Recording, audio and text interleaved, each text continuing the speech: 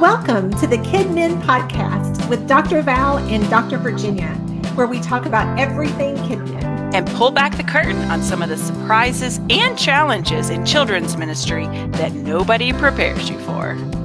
I'm Dr. Val, and together we have over 45 years of experience in children's ministry. I'm Dr. Virginia. Valerie and I met over 10 years ago in our doctoral program at Southeastern Baptist Theological Seminary. We are excited to share with you all the great stuff that we have picked up over the years. We want to minister to you, the children's minister. Welcome, friends. Thank you so much for joining us today.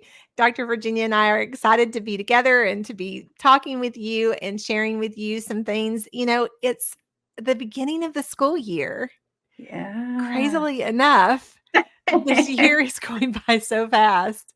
But it's the beginning of the school year. It's usually the beginning of the church year. The church calendar tends to kind of follow the school calendar because of your community and your neighborhoods and how you're running your ministry, and people are getting back into the swing of things. And so Dr. Virginia and I thought that this might be a good time to talk about what are some of the things that you can be prepared for that will be coming up during this year.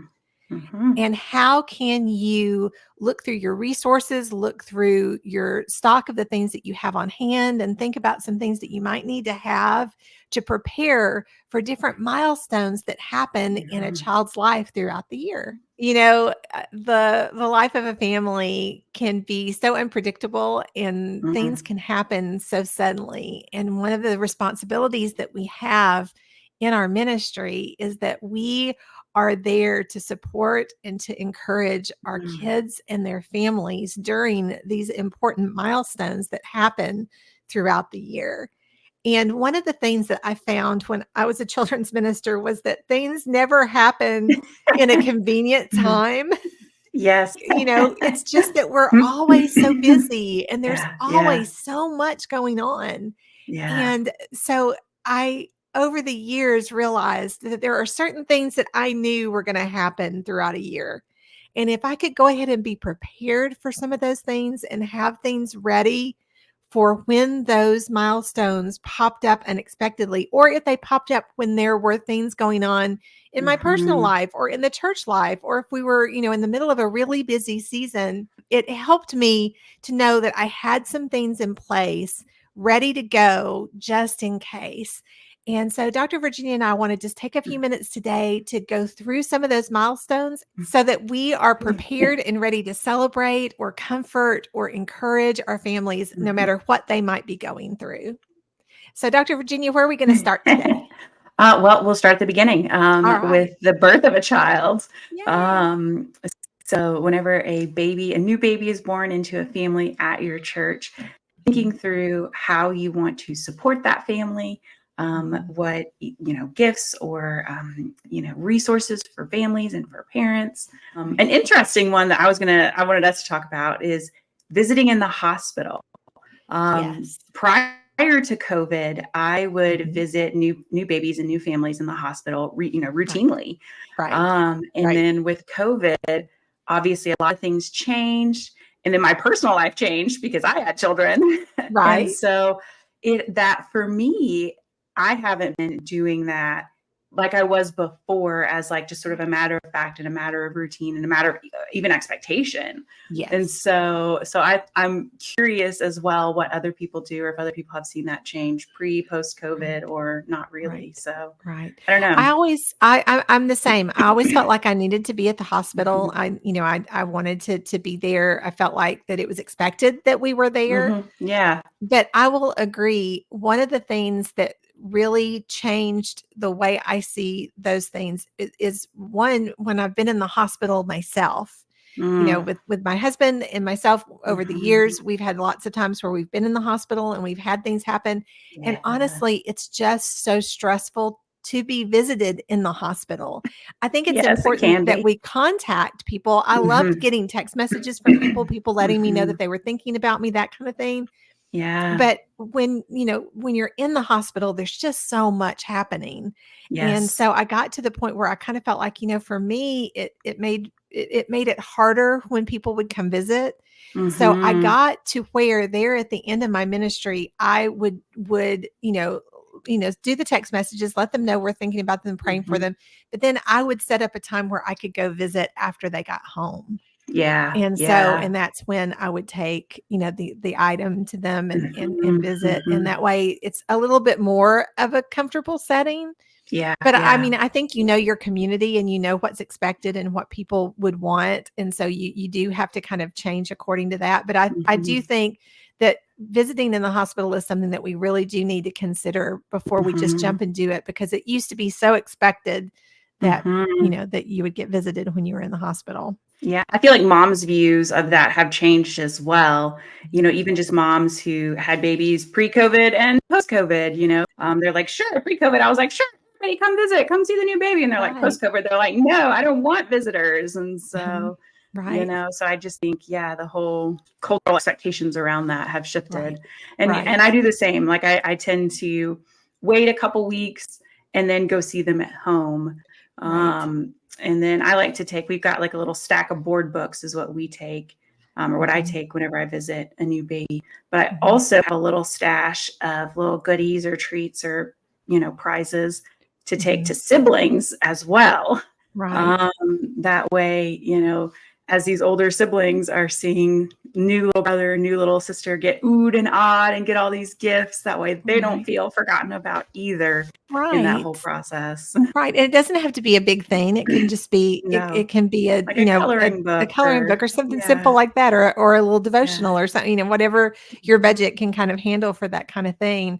I always took a preschool Bible just Mhm, because I wanted the church to give the baby their very first full mhm, Bible. That was kind of mhm, like that was always the gift that I took. And the mhm. other thing, it was interesting because you were mentioning about COVID and things. My Yeah. nephew just had a baby and they Mhm. came to visit. And one of the things that I noticed is that they are much more cautious about people holding the baby Yeah. than, used to, people would just kind of like pass To around. Do you pass want to hold, around. but they were very much more cautious about, Yeah. when people held the baby and how Mhm, people did, and washing mhm. hands first and all of those kinds of things. And Yeah, so I yeah. think that is something that we've thought through a little bit more with the pandemic. Mhm, And so mhm. I really work hard to try to take the parents' lead on whether or not, like, I Yes. don't just say, "Ooh, can I hold the baby?" or "Ooh, let me have the baby." Like, or I'll Yeah, kind of wait to see if they offer, "Would you like to hold," kind of thing. So, yeah. yeah, I think it's those kind of things that we need to think through so that we're ready when we do Mhm, go. Because again, this is another thing that can happen suddenly, because so many times maybe somebody will go into labor early, mhm. or something will Yeah. happen. So I think that one of the things I tried to do was to always have whatever gifts Yes. I was going to be giving already Mhm, ready in my office. I would have a few of those. I always mhm. kept a container full of gift bags Yes. and the paper to go, the tissue Mhm, paper, and blank cards, mhm. and cards for specific events, but for the birth of a child, like to have those things. I just had containers in my office of those things Yeah. that I just purchased ahead of time Mhm. so that I could very quickly put together something if I needed to. Yeah, absolutely. Yeah. And I've heard of lots of different, I don't know, lots of different cute and unique little gifts to give at the birth of a baby. Like you said, a Bible. Mhm. We do like a little Christian board book because we do Bibles with our baby dedication, which we'll Right. get into. Right. Right. I've heard of people doing like embroidered blankets, like with the Mhm. church logo, or like even like a onesie. And so, Yeah. there are lots of cute ideas out there about what to gift at the Right. birth of a child. And Right. then, of course, also, in our church, it's really more of like the small groups or the Sunday school classes who organize this, but like meal trains and that sort of thing, Right. for a family at the birth of a child, or like a shower. And so Mhm. for us, that's more of like our adult groups who organize that for families. But I do like to try to hop on those. And even at least buy a gift card, at least buy a gift card for the Right. family. I don't always Right. cook for them, but Right. try to be Yeah, supportive. I try to be So kind, so I don't want to yeah. cook for them. But I do try to do that, like you said, and I do feel like that's another thing where they do get a lot of food, and there's only so Mhm. much you can so much you can eat, so much you Right. can do. And so I feel Right. like doing a gift card for a Mhm. food service or a delivery Right. service or for Right. different restaurants, I think is a very kind thing, because then that way they can do things on their own when they need to, when When they they need want it. to. And so, Mhm. and I do love the idea though that you did mention about having your process for a meal train ready before it Mhm. happens. Like, Right. have your ministry team decide, who is going to be responsible for doing that in the Mhm. church, and how are you going to do it, and make sure you Right. have that in place. Are you going to do it Right. through text messages? Are you going to do it through an app? Are you going to do it through, how, because Mhm. again, that's something that you don't want to be setting up at the last minute when Right. something occurs. Right. Because also you never know. I had people often that would maybe want us to reach out to a family during that time because they didn't have a church Mhm. family. So it might be Right. one that you weren't really expecting, but would come Right. suddenly. And so you want to make sure that you have all of those kinds of things in place ahead of time so that you are prepared. One of the things that I try to do too, there were certain churches where we had, like, for example, we had bags for our preschoolers that had the church logo on it. That was like a, Mhm. a church bag kind of thing. We might have the name tags, like the Mhm. little permanent ones that had the church logo, that had the preschool logo that we do. So Mhm. those are the kinds of things that I would make sure that I included in a little gift bag for the Mhm. baby as well. And another milestone, similar to the birth of a child, would also be the adoption of a child. And sometimes it will be a baby. And so all the stuff we just said will still Yeah. apply and transfer over. Obviously, the adoption of a child could include an elementary age child or even a Right. teenager. And so for some of that, the teenager may fall outside of our scope of ministry. Right. But it also doesn't help to maybe have a good relationship with that student pastor and encourage them to be like, okay, this is what I do for Mhm. babies or for younger children. Maybe you could think about something to do for like this teenage child. Right. But then also thinking through, what could we gift families, or how could we encourage and support families as they adopt, maybe an elementary age child, Right. gifting them with, a more age appropriate, like elementary Bible or devotional Mhm. book, or other resources for parents, or again, going back to the meal train or the gift cards, because Right. everyone, appreciates food and being fed and getting a Oh, gift yeah. card for Grubhub. So, Right, right. Well, and I think that that's, again, you want to make sure that you're giving them the things that they need to be able to mhm, integrate into your ministry. If you have a certain Bible that you use in elementary, mhm, then you want to make sure you're giving that. Or if you do have a big kids church bag, or if you have, those kinds of things that you might right, have, you want to make sure that children that have just been adopted into a family feel like that they're part of the church family as well. So you want to make mhm, sure that they are getting all of those same things so that they can feel like they are part of the ministry. And so I think that's an important thing to remember. We want to celebrate those things. yes, Mhm. yeah, Talking about having a new baby coming into your church family, we have mhm, talked, and we've had whole episodes talking about a baby dedication or a child dedication service that you might have at your church. And again, that's another thing that you really want to try to think through ahead of time, so mhm, you can think through all the components that you want to have in it. I mentioned earlier that I would do the full Bible for newborns, so that they receive their mhm, first full Bible from the church. And the reason why I started doing that is because I used to do that during baby dedication. mhm, But when I moved to a specific church that they actually had those small New Testaments with the book of mhm, Psalms, that was mhm, there, and they would engrave those. That was their uh-huh, church gift oh, for their yeah, baby dedication. And so, uh-huh, which I thought was lovely. And I know that's a wonderful keepsake, but I mhm, also wanted the child to receive their first Bible they were going to use, not just a yeah, keepsake to be put away. yeah, And yeah, so that was why, for me, that became my birth gift yeah, for the child, yeah, because we did those small engraved New mhm, Testaments when we did the baby dedication. And mhm, so, but I do think it's those kinds of things that you want to think about. What do you want to have for the families? Is there a resource you want to mhm, give to them as a gift? Is there a gift that you want to give to an older brother or sister when they're on mhm, stage, or that type of mhm, thing? You want to have all of mhm, those kinds of things ready. And I know that you can mhm, have more time to prepare for that, because You It's usually an know that event. that's coming. Yes. It's calendared. But you still need to sit down with your team and think through, what do we want to give to our families that are not only going to be useful, but help them as they disciple their child. Right. And in our dedicated episode about parent and child dedication, we talk through lots of ideas for, training parents, resources for parents, ways to involve the congregation in your service. And so that episode has a lot more ideas as well, if you're interested in thinking more about parent and child dedication specifically. Right. But again, it's something that you really want to think through. What is our philosophy about this event? And what do we need to make sure that we are prepared to do?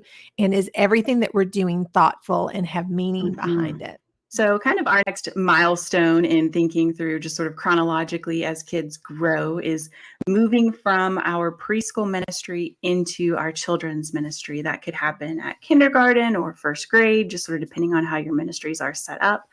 But being intentional at that juncture to welcome our preschoolers who are coming up, prepare them with what to expect as they are coming into the kids ministry, introduce them to the volunteers they're going to be working with, and just kind of try to alleviate maybe their worries or concerns or questions that they have and that parents have as their children are moving up. And this can be done in a number of different ways, with a number of different events or opportunities or houses or a day to move up and sort of shadow. So there are lots of opportunities. We tend to do more open house approach, where the kids come in on a separate day, usually on like a Saturday, have a breakfast, meet their teachers, see their classrooms, and kind of learn the expectations for the kids ministry as a way to prepare them to move up. Right. Well, I think it's really important, if your church has a preschool minister, a children's minister, and a student minister, I think it's really important that the three of those staff members work together to really make the transitions smooth and meaningful. Yeah. Because it can be very intimidating for a preschooler, according to how you handle your services for your children's ministry, whether or not you have a children's church or whether your children go into the worship service with their families. Those are big changes for a preschooler that is very used to a self-contained classroom with a certain number of children, and then suddenly moving into a large group setting with loud music and with people big and kids, lights and all of the things that are going on. And so it's a really important transition for you to think through, how are we going to help our children do that? And I think that that is great, like you said, for them to be able to come in on another day when there's not a billion people around, to be able to see, what does our children's church room look like? What does our sanctuary look like? To have their parents taking them in. And even if you can invite the parents to be there for that first Sunday to help them so that they don't feel so overwhelmed and so that they can, get excited about it. But finding the best way to be able to have that transition, to be able to welcome them into the sanctuary or to be able to welcome them into children's church, however you're going to do that. But just remembering that it is a big milestone for kids, because it's such a massive change to what they're used to.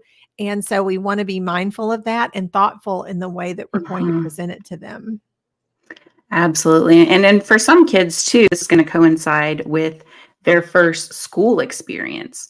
Some kids, obviously will go to preschool, but some kids won't until kindergarten. Right. And so they're going into their very first school experience. Everything at church is changing. And so, for them, it can be the most change that they have experienced all at once in their, little 5 years of life. And so, for kids, it can be very overwhelming. And so definitely being intentional and sensitive in that season is very valuable. Right. And I know some churches like to use that as their opportunity to gift like a Bible that they're going to use in the children's ministry. Right. And so that's another kind of juncture when churches will, give kids like a full text Bible, of whatever it is that they use within the ministry. And so that's another opportunity, even if you're giving them out at birth, that's an opportunity to maybe catch some of the kids who weren't born into your congregation who maybe don't have one. Right. So, Right.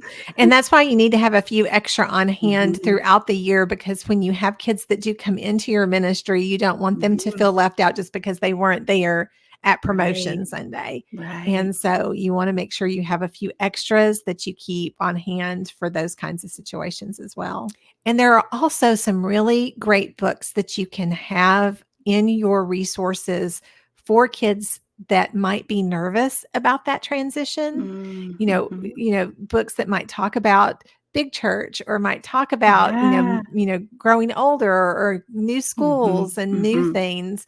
If you can check with your denominational leadership, if you can check at a Christian bookstore, you're going to find these resources where you can have these books just on your shelf in your library.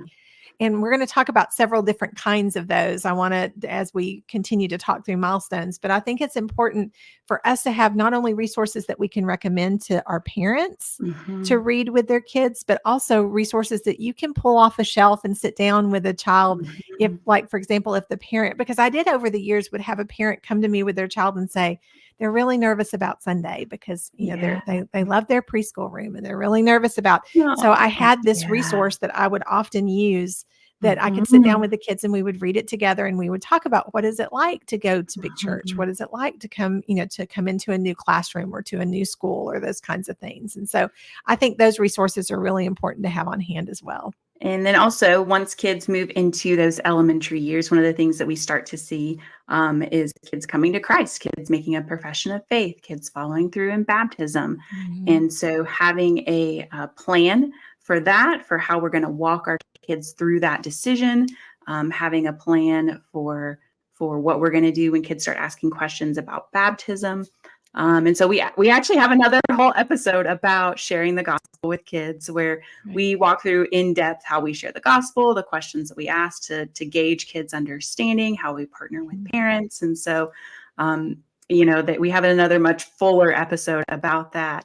But for your congregation and for your context, already having a game plan of how you're going to work with kids, how you're going to work with parents, and the resources that you're going to have for that as well. Again, it's another great thing for you to have some books on your shelf about professions of faith, about baptism, having the little brochures or the booklets that can help you walk through the scripture verses to be able to sit and talk to a child and their parents about how to accept Christ and what you do.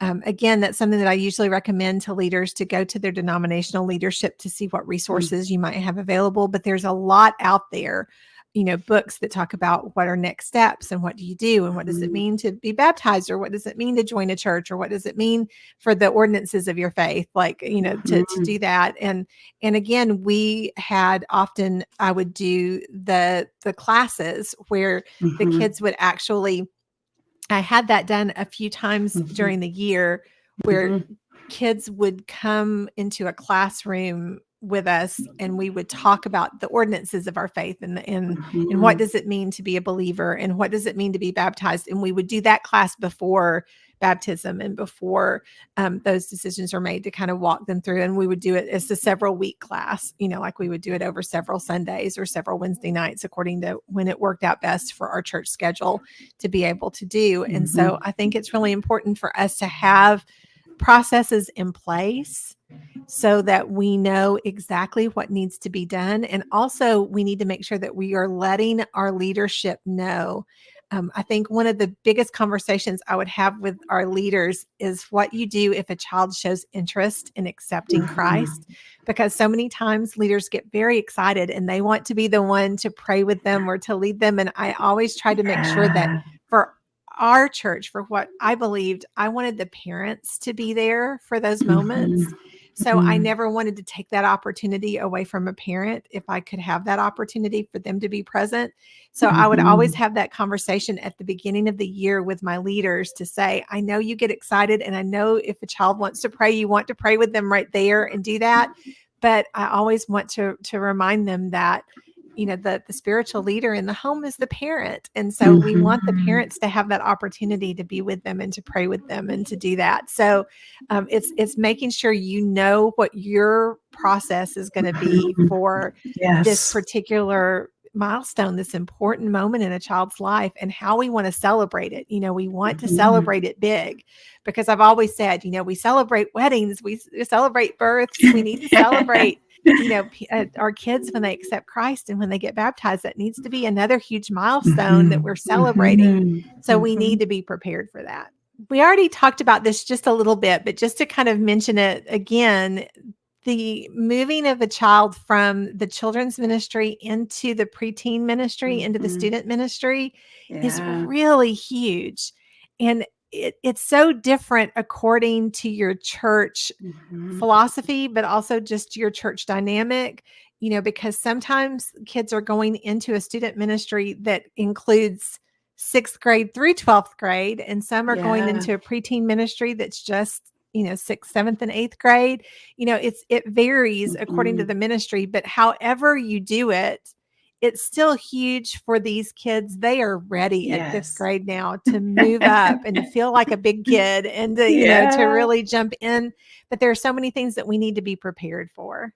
And I think working with the student minister, thinking strategically through that transition, because one of the things that research is starting to show is we used to think in terms of this big drop off after high school, between high school and college, where kids sort of drop out of the life of the church. And I'm not saying that's not happening, but we're starting to see an even earlier one between elementary school and student ministry, where we're losing kids at that juncture.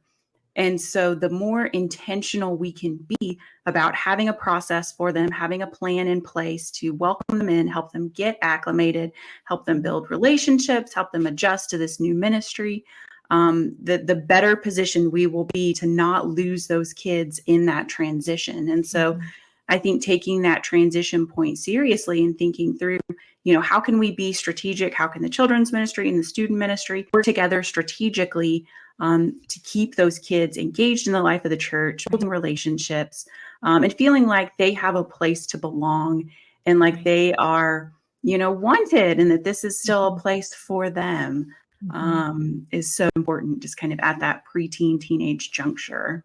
Right. Well, and I think that one of the reasons why, for me, it's such an important transition for us to really think through is because it's a lot like what we were talking about when we were talking about the preschoolers moving into, the sanctuary or moving into children's worship. Student ministers are very trained on what to do with older kids, with high schoolers. 6th and 7th graders are still very young. They're like And good kids. I know that, that we have, as a society now and as a culture, we have moved them up into this, larger group setting, which again, I don't stress about so much when a church does have a preteen ministry, when we do have that, or like a middle school that ministry. middle school ministry. But the reality is that a lot of our churches move them straight into a full ministry where you do have 6th graders through 12th graders. And there's a huge dynamic there that it, that we have to think through. And I think sometimes we, as the children's minister, has to help the student minister kind of remember that, because their world is so high school that we do have to remind them, if they haven't been specifically trained for middle school for, that those preteen years, we want to try to help with that, because that, I think, is a lot of the time that I've seen we lose kids are the ones that aren't super outgoing, that aren't super comfortable around large groups, that aren't super comfortable with kids that are older. And so that's where we kind of can lose that connection, because they no longer feel like they're a part of the ministry, because it's just so different. And so I think that we need to make sure that that transition is done very thoughtfully and very intentionally, and that there are leaders in place that are going to pay attention to those things. They're going to be watching for those kids that are having a harder time just Yeah. jumping into a ministry. And so again, I think that we can have resources available to help the kids, have things that you can sit and talk with them about, and Mhm. devotionals that will help them, and Mhm. things that you can have resources to give them as they're moving up, but being very intentional to make sure that you are seeing all the kids and seeing how Mhm. they're handling that transition.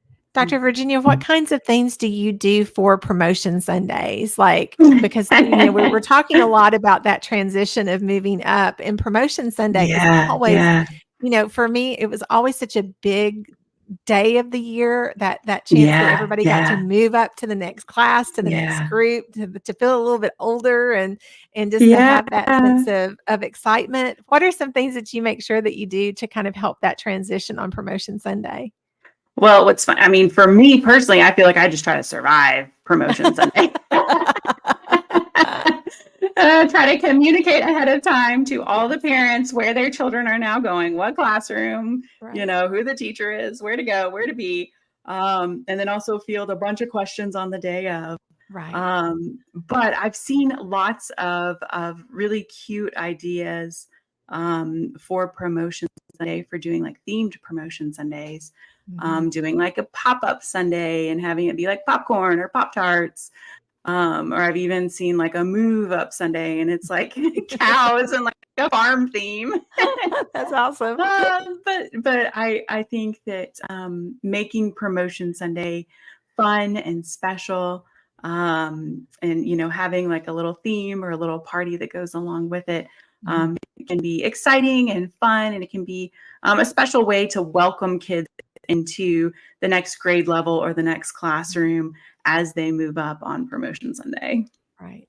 Well, I am a big fan of new. Like, I love New Year's. I love new starts. I love fresh beginnings. And so, Mhm. it's just really neat to be able to really promote that through your church family, to let them know, Mhm. this is a big day and this is a day we're celebrating. And hopefully, too, you might be able to really pick up on some of those kids that maybe have dropped out a little bit over time, Mhm. that you can kind of make those Right. reconnections and try to connect Right. with them and let them know that you're thinking about them and that you would love to have them come. And Mhm. so I think that promotion Sunday is, again, another one of those things that we really need to be prepared for, and it needs Mhm. to be Mhm. thoughtful. Yeah. Right. And I like what you're saying too, especially having teachers reach out to that next class that's coming up.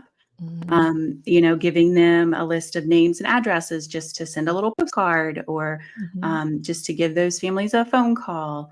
And just like you said, even if you want to point out a few, be like, hey, we haven't seen Jimmy in a long time, Right. you know, make sure you reach out to him, make sure, that Yeah. he's one that you want to focus some time on. And so I definitely like that idea, as well as, Yeah. us being cognizant and aware, but then also getting our teachers within the classrooms involved in that Right. as well. Yeah. Well, there's lots of exciting milestones and fun things Mhm. that come with the birth of a child and adoption, with Mhm. people growing up and moving into new groups. Mhm. But there are also a lot of other milestones that we do need to be prepared for in Mhm. our ministry, because Mhm. not only do we need to be there for the happy and exciting days, we need to be Mhm. prepared to be there for the difficult days and the Yeah. sad things that Yeah. happen.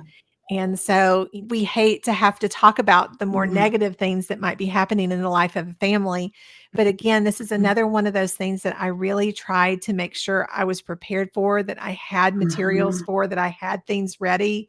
Because again, these are things that Mhm. happen suddenly, and can happen in the middle of Mhm. really busy times, but can happen Yeah. just in those moments where we need to make sure that we're ready to be able to jump in and help. Mhm. Unfortunately, some of these times that we want to be prepared for and think ahead, would be if a child experiences the death of a family member, um, it's divorce, moving, if the child themselves experiences an illness, or maybe they have someone in their family who is very Mhm. ill, or even within your ministry, if you have someone within your church family who passes away, a child, a volunteer, having resources on hand to help kids and families walk through these difficult experiences Right. can be so valuable. Mhm. Right. So those are books that you want to think about having, where it would be books about death, books about Mhm. heaven, books Mhm. about loss and grief Mhm. and Mhm. change. And I know that it seems odd to think, well, why would we want, to have these resources on hand to be able to have these things for families? But honestly, especially if you're working with a very young family that hasn't Mhm. experienced a lot of death, if there is a loss of a child, if there Yeah. is the death of a sibling, if there is a Mhm. stillborn baby, Yeah. that there's all of these things that can happen in the life of a family. And Mhm. especially if they're new believers, if they haven't been raised in church, they may Mhm. really struggle with a lot of the feelings and a lot of things that are happening. And Right. grief comes in waves, and it comes Mhm. in such unexpected times. And so having Mhm. resources available, I can remember when my husband's father passed away. That was our first big loss in our Mhm. family, Mhm. because it happened when he was so young and it was so Mhm. unexpected. And Mhm. I can remember our pastor having us come in, and he had this little book on grief. And Mhm. it was just such a sweet moment that we had with our pastor to talk through like how Mhm. we were feeling, because it had happened so suddenly, and it was so Mhm. difficult. But also just for my husband, who had not been a believer, not for he had not been a believer a very long time, so for him to have this resource that had Mhm. verses and that talked about grief and how to handle loss, I can just remember as a very young couple, it was incredibly helpful for us to Mhm. have that resource and to be encouraged in that way. And so Mhm. I think for us to be able to do that for our families and for their children, I think is incredibly important for us to be able to do. And so I'm going to say two things that I think are two sides of the same coin, which is one, as families experience grief or loss or something difficult, to be available, to be present with them. We don't have to have all the right words, but to just, Right. show up whenever they need it, whether if that's visiting them at the hospital or, going to a special event for the child Mhm. or just, coming to their home, to be present with them, and to not feel like we have to have all the right words, Right. but to just love on them and be there for them in that season. Right. And the other side of that coin too is to know our own limitations. Um, Mhm. you may be a licensed professional counselor, but we are not. Right. And Right. most of us aren't, who are working in children's ministry. And so Mhm. there will be some just ways that people express grief or experience grief or walk through Mhm. hard things that are beyond the scope of what we can help with. Right. And so having people to refer them to, having counselors who can refer families to, is very, very valuable. And Right. on the one hand, being very present, but on the other hand, knowing our own limitations Right. and, as needed, referring families to professionals, helping families walk through things that are more difficult or deeper, Mhm. than what we can realistically help with on our own. Right. And I think another thing that we need to be prepared for, that I know is going to sound a little odd, but I do think you need to sit down and think through what things you will say to a family while they're experiencing loss and while Mhm. they're going through grief. Mhm. Because what tends to happen if we just don't really think through what we're going to say, we have Mhm. this human nature need to fill Mhm. silences. Mhm. And so sometimes when people say things, we feel obligated to try to make them feel better. Mm. And quite Yeah. honestly, there is nothing that we can say or do that's Yeah. going to make them feel better.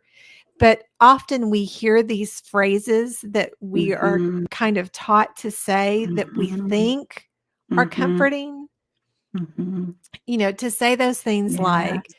they're no longer feeling pain, Yeah. they do the whole like, God They're has in a a better plan, place. they're in a Yeah. better place. All of these Right. things that we say that I know the thought behind them. Right. Right. But when you are going through that grief and when you are Mhm. dealing with that pain, Mhm. those are not necessarily logical things for you Mhm. to be able to process and think through. So Mhm. trying to make sure that you have your comments kind of in your head, things that you know that Mhm. you can say. Now, I'm not saying if they ask you a question, you don't answer a question, Right. Right. according to how they ask you, but just for those moments of knowing to say, I'm praying for you. I am here for you, just to listen, to let them talk and not interrupt Mhm. them with trying to give them positive things Right. because they Right. need to just process and speak. Right. And so I think Right. it is exactly what you were saying. Most of us are not trained to be Mhm. able to know exactly what a person needs during their time of grief and during their Mhm. pain. And so I think it's better for us. Less is better in these Yes. situations. Yes. The Yes. Yes. least you can say is better. Just Mhm. being there and listening and showing your support and letting them know that you are praying for them and that you can give them, there's specific things that you can do. We brought Mhm. you food. We've done Mhm. this. Those kinds Mhm. of things are so much more helpful than us trying to come up with kind of these platitudes that really Right. don't help in the situation. Right. Well, and that makes me think I was just recently listening to a podcast about the book of Job, and they were talking about Job's friends, and they're like, they did a great job for the first 7 days when they just Right. sat with Job and didn't talk. Yes. They just Perfect. sat with him in his grief Perfect.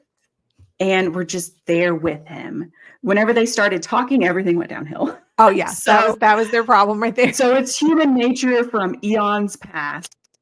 But yes, Mhm. yeah. So just being present and Yes. not trying to figure out the perfect words because we'll never have the Right. perfect words. Never, So not going to have it. It's not going to be possible. mhm. But I do think that the way we do that, and I've come to realize that as I've gotten older, that sometimes Mhm. that taking the time to really think through things that you can say so that we don't just default to Mhm. things that we're used to Mhm. saying in a lot of Mhm. different situations. So I'm learning that it is Mhm. important for us to be thoughtful about the words Mhm. we say and what we choose Yeah. to say at certain times. And so Yeah. as a minister, you're going to be there Mhm. during these difficult Mhm. times. And so anytime you can sit down and think through, okay, what are some of the things that I can say that will be beneficial? I think that you will find that helpful if you spend some time thinking through those things. And I don't know if I'm supposed to say this, but this is the truth. Anytime I don't know what to say Uh-huh. in any sort of situation, whether it's with someone grieving or with someone who is mad at me or Uh-huh. frustrated or whatever, one of the things that I will say is I'm like, let's pray right now. Can I pray for you right Yes. now?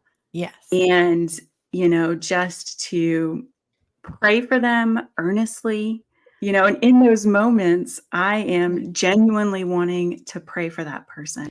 Right. Um, it's not just that you're grieving and I don't know what to say, Right.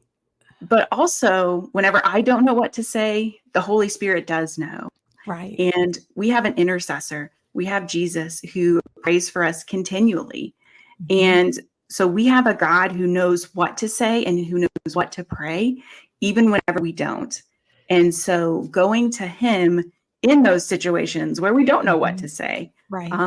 he can, one, give us the words to pray out loud for this person. And Right. two, the Holy Spirit is at work in all of us and in these situations Mhm. to do his will, to bring comfort that we could never bring. Right. And to help us and them through Mhm. these difficult situations. Yeah. And when we're talking about grief and loss, we need to remember family dynamics changing as well. And Mhm. so, the difficult things that children can go through when their parents are Mhm. getting divorced, or Mhm. when, a grandparent maybe moves away, or Mhm. if there is a dynamic in the family where there's been conflict. And so there's a split in the family over Mhm. conflict.